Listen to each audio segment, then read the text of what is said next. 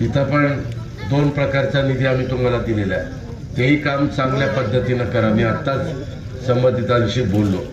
शेवटी ही कामं एकदाच होतात. माझं म्हणणं, ब्रिटिशांच्या काळात झालेली कामं 100 वर्ष टिकली आणि तिच्या यायला आपली कामं 25 वर्ष टिकत नाहीत. कशाला कॉन्ट्रॅक्टर कामं घेतात झक मारायला? त्यांना कोण मागं लागले घ्या म्हणून काम करायचं तर चांगलं करा ना, नाहीतर अशांना काळ्या यादीतच टाकणार आहे. मी कुणाच्या पुढाऱ्याचं आहे का कुणाचं आहे काही बघणार नाही. मला काही त्याच्याशी घेणं देणं नाही. काम दर्जेदार, तुम्ही तुमचा प्रॉफिट कमवा, परंतु बाकीचं तर काम आमचं दर्जेदार करून द्या.